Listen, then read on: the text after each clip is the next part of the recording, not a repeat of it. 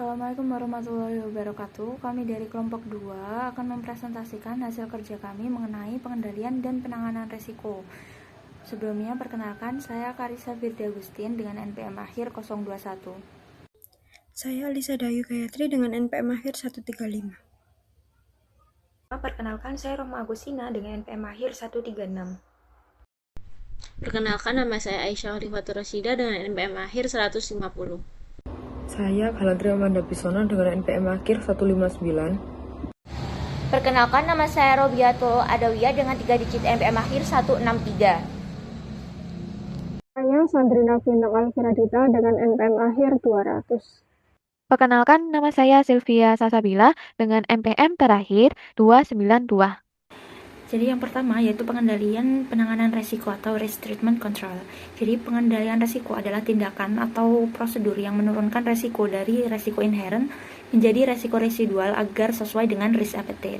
Tujuannya yaitu mengurangi probabilitas atau kemungkinan terjadi, juga mengurangi dampak atau kerugian dari resiko tersebut.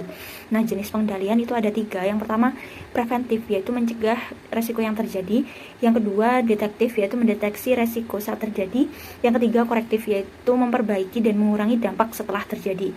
Nah, prinsip pengendalian itu harus sesuai dengan tujuan, yaitu mengatasi akar risiko, juga harus mempertimbangkan biaya dan manfaat, kemudian menggunakan kombinasi pengendalian, jadi tidak hanya satu jenis pengendalian. Selanjutnya yaitu definisi dan tujuan pengendalian. Jadi pengendalian adalah tindakan, kebijakan, atau prosedur yang digunakan untuk mengurangi dan mengelola resiko agar tujuan organisasi dapat tercapai. Nah, tujuan pengendalian yang pertama yaitu memberikan keyakinan bahwa tujuan organisasi itu tercapai, menurunkan resiko sesuai dengan risk appetite, mengurangi probabilitas atau dampak resiko, meningkatkan efisiensi dan efektivitas operasi, memastikan kepatuhan terhadap hukum dan kebijakan, meningkatkan kepercayaan kepada stakeholder. Yang kedua selanjutnya yaitu jenis pengendalian. Jenis pengendalian ada 3. Yang pertama yaitu preventif.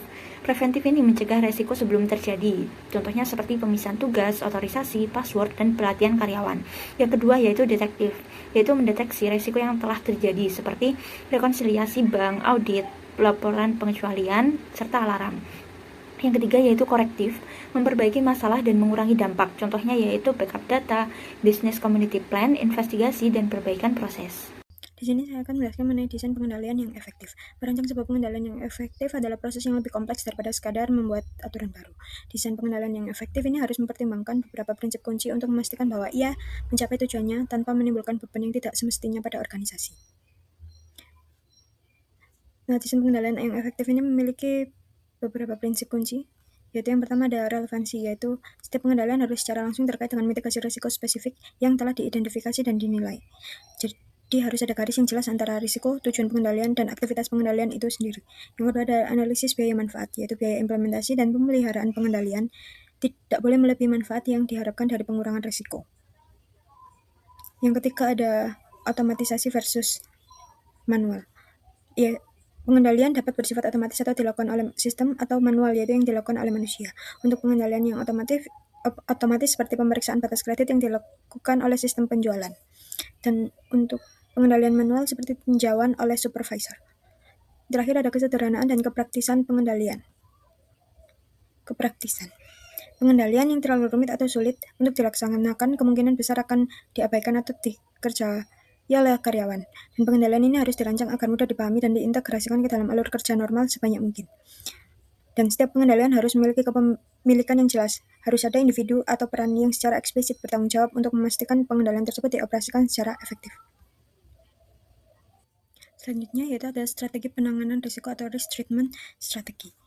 Pemilihan strategi yang tepat adalah sebuah keputusan manajemen yang harus mempertimbangkan sifat risiko, risk appetite organisasi, dan analisis biaya manfaat setiap opsi. Secara umum terdapat 4 strategi utama untuk menangani risiko dengan dampak negatif atau ancaman, yaitu yang pertama ada menghindari risiko. Ini melibatkan keputusan untuk tidak memulai atau melanjutkan aktivitas yang menimbulkan risiko, dan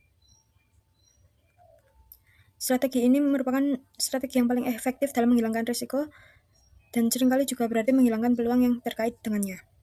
Yang kedua ada mengurangi risiko atau biasa disebut dengan mitigasi, yaitu tidak menghilangkan risiko tetapi bertujuan untuk mengurangi probabilitas terjadinya risiko atau mengurangi besarnya dampak jika risiko tersebut terjadi atau keduanya. Yang ketiga ada mentransfer risiko. atau berbagi risiko, yaitu melibatkan pemindahan sebagian atau seluruh dampak finansial dari sebuah risiko kepada pihak ketiga. Dan mekanisme transfer risiko yang paling umum yaitu ada asuransi, yang dimana perusahaan akan membayar premi kepada perusahaan asuransi untuk menanggung kerugian finansial akibat peristiwa yang tertentu. Yang terakhir ada menerima risiko, yaitu keputusan sadar untuk menanggung risiko tanpa tindakan mitigasi yang aktif, dan biasanya karena biaya penanganan lebih tinggi daripada potensi kerugian atau risiko yang dampaknya kecil. Selanjutnya akan dijelaskan oleh rekan saya. Materi selanjutnya adalah menghindari risiko. Strategi untuk menghindari sebetulnya aktivitas yang mengandung risiko dengan tidak terlibat sama sekali sehingga risiko tidak terjadi. Nah, strategi ini itu dilakukan dengan tidak memulai aktivitas risiko, menghentikan kegiatan yang berpotensi merugikan. Dampaknya probabilitas risiko itu menjadi 0. Contohnya, kita dapat menghentikan produk berbahaya, tidak ekspansi ke wilayah berisiko, hindari investasi yang tidak dipahami. Selanjutnya, mengurangi atau memitigasi risiko merupakan upaya untuk menurunkan tingkat risiko ke level yang dapat diterima tanpa menghilangkan sepenuhnya. Strategi ini dilakukan dengan menurunkan probabilitas terjadinya risiko dan menurunkan dampak jika risiko terjadi. Nah, melalui pengendalian preventif, detektif, dan korektif. Nah, contohnya itu pelatihan keselamatan dan kontrol kualitas, diversifikasi pemasok, dan rencana darurat manajemen krisis. Selanjutnya, transfer risiko dan asuransi. Nah, ini merupakan strategi untuk memindahkan dampak finansial risiko ke pihak ketiga dengan imbalan tertentu, yaitu tidak mengurangi risiko, hanya memindahkan tanggung jawabnya saja. Adapun mekanismenya yaitu seperti asuransi, kan kita bayar premi, dapat kompensasi saat terjadi kerugian. Nah, ini cocok untuk risiko low frequency atau high impact. Nah, bentuk lain dari transfer risiko itu seperti kontrak, itu ada identifikasi, garansi, dan penalti. Hedging itu lindung nilai seperti future option atau swaps.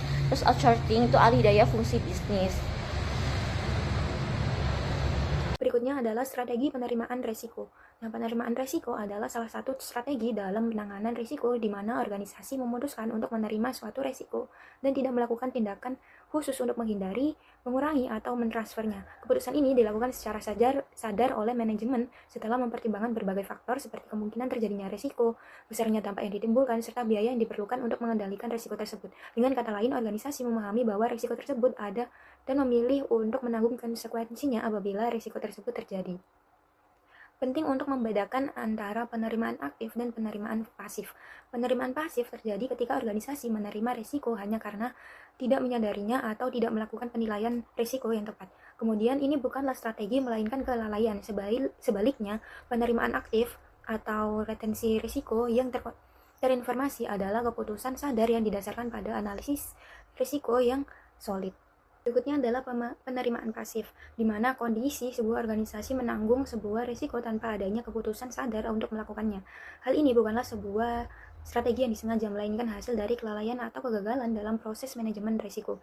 Nah, di sini ada beberapa faktor penyebab umum dari penerimaan pasif, antara lain proses identifikasi risiko yang tidak memadai, kemudian budaya organisasi yang cenderung mengabaikan risiko atau menolak informasi negatif, kemudian keyakinan bahwa suatu risiko tidak akan terjadi pada risiko tersebut, serta keterbatasan sumber daya dalam menjalankan fungsi manajemen risiko. Oleh karena itu, dalam praktik manajemen risiko yang baik, organisasi berusaha untuk menghindari penerimaan pasif dan menggantinya dengan penerimaan aktif, yaitu keputusan sadar yang didasarkan pada analisis risiko yang jelas dan terencana. Nah, tujuan utama dari implementasi kerangka kerja IRM yang formal adalah untuk mengubah semua penerimaan pasif menjadi keputusan aktif yang terinformasi. Yang selanjutnya ini ada penerimaan aktif atau active acceptance, yaitu sebuah strategi penanganan risiko yang sengaja dan terinformasi. Dasar dari penerimaan aktif ini adalah analisis yang solid yang menyimpulkan bahwa menerima risiko itu adalah opsi yang paling masuk akal. Justifikasi untuk penerimaan aktif itu biasanya salah satu dari beberapa kategori. Yang pertama ada analisis biaya manfaat, yaitu biaya untuk memitigasi atau mentransfer risiko secara signifikan lebih tinggi daripada potensi kerugian yang diharapkan dari risiko tersebut. Lalu yang kedua, tidak dapat dihindari atau ditransfer. Risiko tersebut itu secara inheren tidak dapat dihindari atau tidak ada pasar yang efisien untuk mentransfernya. Lalu yang ketiga, keputusan strategis. Risiko tersebut itu terkait erat dengan sebuah peluang yang ingin dikejar oleh organisasi, dan organisasi percaya bahwa mereka itu memiliki keunggulan kompetitif atau kapabilitas untuk mengelola risiko tersebut lebih baik daripada pesaingnya. Lalu yang keempat, risiko residual. Jadi setelah semua upaya mitigasi dan transfer yang wajar telah dilakukan, masih ada sisa tingkat risiko, yaitu risiko residual. Penerimaan aktif itu harus disertai dengan beberapa tindakan pendukung, yaitu yang pertama, keputusan untuk menerima resiko harus didokumentasikan dengan jelas beserta justifikasinya. Lalu yang kedua, untuk resiko-resiko yang diterima dengan potensi dampak yang signifikan, bahkan jika probabilitasnya rendah, organisasi itu harus mengembangkan rencana kontingensi. Lalu yang ketiga, organisasi itu mungkin perlu untuk mengatur pendanaan kontingensi. Ini tuh seperti menyisihkan cadangan kas atau mengamankan jalur kredit untuk menutupi biaya yang mungkin timbul. Lalu yang selanjutnya ada dasar keputusan untuk menerima resiko. Yang pertama, itu yang paling fundamental, adalah perbandingan antara tingkat resiko yang dinilai dengan risk appetite atau yang telah ditetapkan oleh organisasi. Jika tingkat resiko yang berada di bawah atau di dalam ambang batas risk appetite dan risk tolerance, maka keputusan untuk menerimanya itu secara umum dapat dibenarkan. Lalu yang kedua, analisis biaya manfaat adopsi perlakuan resiko lainnya. Jadi manajemen itu harus dapat menunjukkan bahwa mereka itu telah mengevaluasi opsi untuk memitigasi atau mentransfer resiko, dan manajemen itu telah menyimpulkan bahwa biaya dari opsi-opsi tersebut itu tidak sepadan dengan manfaat pengurangan resikonya. Lalu yang ketiga, kapabilitas organisasi untuk mengelola konsekuensi jika resiko tersebut terjadi. Jadi penilaian yang jujur terhadap ketahanan organisasi ini adalah prasyarat untuk penerimaan resiko yang bertanggung jawab. Lalu yang terakhir, mempertimbangkan sifat resiko itu sendiri. Jadi dasar keputusannya adalah imbal hasil potensial dari pengambilan resiko yang secara strategis itu lebih besar daripada potensi kerugiannya. Materi selanjutnya itu terkait arsitektur dan strategi risiko dalam organisasi, di mana arsitektur dan strategi risiko ini adalah komponen tingkat tinggi dalam IRM yang menyediakan struktur, arahan, serta akuntabilitas untuk seluruh upaya manajemen risiko di organisasi. Nah, arsitektur risiko sendiri yaitu struktur organisasi, peran, tanggung jawab, dan jalur pelaporan terkait manajemen risiko. Sedangkan strategi risiko yaitu pendekatan yang diadopsi organisasi untuk mengelola risiko dalam pencapaian tujuan. Nah, Dewan Direksi dan Komite Risiko itu akan bertanggung jawab secara fundamental dalam memantau dan meninjau strategi risiko serta arsitekturnya. Kemudian ada kerangka kerja tata kelola risiko, yaitu Risk Governance Framework, di mana ini adalah komponen arsitektur risiko di seluruh organisasi yang mencakup beberapa hal, yaitu ada Dewan Direksi untuk sebagai orang yang memahami risiko signifikan dan memastikan pengelolaan risiko telah efektif, serta ada Komite Risiko yaitu melakukan pengawasan, dan manajemen eksekutif yang merancang, mengimplementasi, dan memelihara IRM, CRO yaitu Chief Risk Officer, yaitu fasilitator atau ahli yang membantu organisasi dalam mengimplementasikan IRM, manajemen lini yang mengendalikan risiko dalam area operasional, dan internal audit yang mengevaluasi atas efektivitas IRM.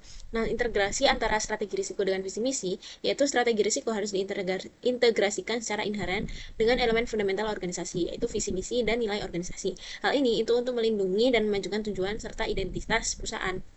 Langkahnya itu mengintegrasikan dimulai dari memastikan risk appetite itu selaras dengan ambisi strategis perusahaan serta visi misinya. Kemudian, strategi risiko itu harus membantu organisasi untuk menunjukkan ancaman dan peluang dalam mencapai misi dari organisasi. Dan yang terakhir yaitu nilai perusahaan harus tercermin dalam strategi risiko tersebut.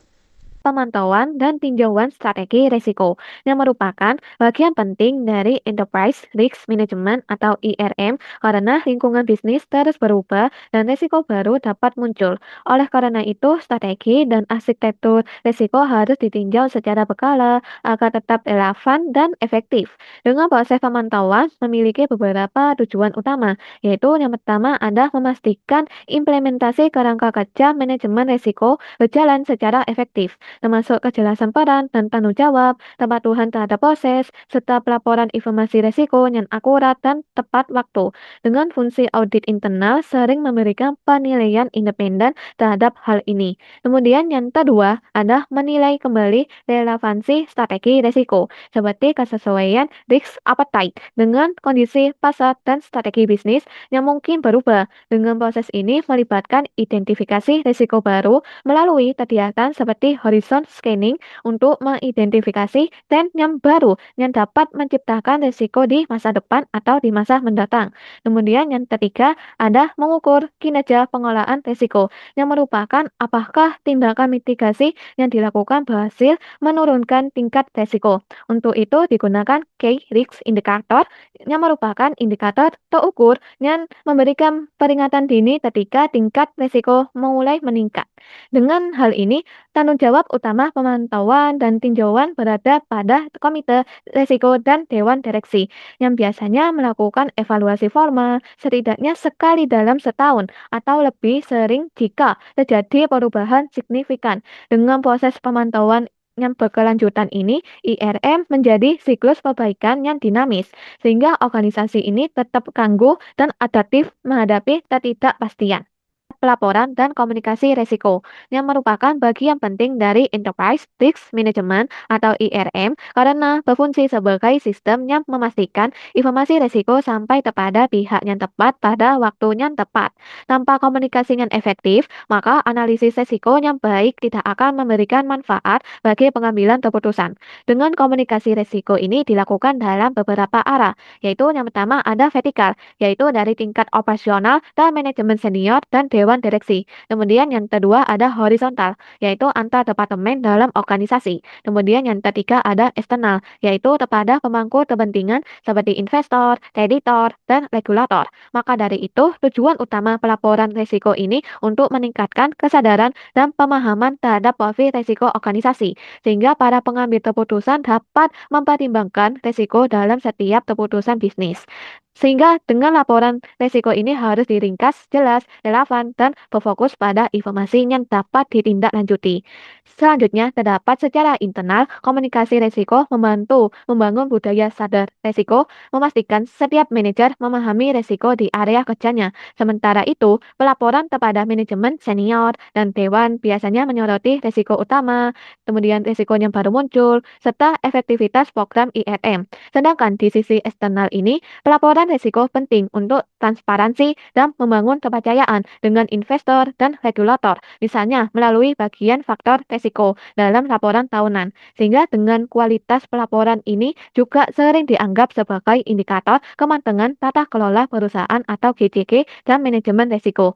Sehingga pada akhirnya, komunikasi risiko harus bersifat dua arah, yaitu mendorong diskusi dan umpan balik agar organisasi dapat memanfaatkan pengetahuan kolektifnya dalam menghadapi ketidakpastian. Selanjutnya akan dijelaskan oleh rekan saya di materi selanjutnya. Yaitu tujuan pelaporan risiko. Pelaporan risiko bertujuan untuk mendukung pengambilan keputusan dengan memberikan informasi tentang risiko utama, tren, dan efektivitas pengendalian. Nah, selanjutnya, memfasilitasi pengawasan oleh Dewan dan Komite agar risiko dikelola dengan baik. Selanjutnya, yaitu meningkatkan akuntabilitas dengan mendokumentasikan risiko, pemilik risiko, dan rencana tindakan. Yang selanjutnya, meningkatkan kesadaran risiko di seluruh organisasi. Yang terakhir, yaitu memenuhi transparansi eksternal sehingga meningkatkan kepercayaan investor dan menurunkan biaya modal. Selanjutnya yaitu komunikasi risiko kepada pihak internal. Komunikasi risiko adalah penyebaran informasi risiko dalam organisasi agar semua pihak memahami perannya. Terdapat 3 arah. Yang pertama yaitu top down, dari manajemen ke karyawan, seperti kebijakan, risk appetite, dan risiko strategis. Yang kemudian ada bottom up, dari karyawan ke manajemen seperti pelaporan risiko, insiden, dan kelemahan. Yang terakhir yaitu horizontal, di mana antar departemen untuk koordinasi risiko, di mana kunci keberhasilan itu semua yaitu komunikasi rutin dan menjadi bagian dari aktivitas bisnis sehari-hari. Yang kemudian ada pelaporan risiko kepada pihak eksternal. Pelaporan eksternal bertujuan untuk transparansi pada pihak luar seperti investor, regulator, dan lainnya, terkait risiko dan pengelolaannya. Media pelaporannya yaitu yang pertama laporan tahunan, yang kedua laporan keberlanjutan, yang ketiga presentasi investor, dan bisa pada situs web perusahaan. Ciri laporan yang baik yaitu yang spesifik, tidak umum, seimbang antara risiko dan peluang, kemudian berorientasi ke depan, dan kemudian transparansi dan jelas. Manfaatnya yaitu meningkatkan kepercayaan investor. Nah, jika laporan tersebut buruk, menimbulkan kecurigaan dan persepsi risiko yang tinggi. Sekian dari kelompok kami, kurang lebihnya mohon maaf. Wassalamualaikum warahmatullahi wabarakatuh.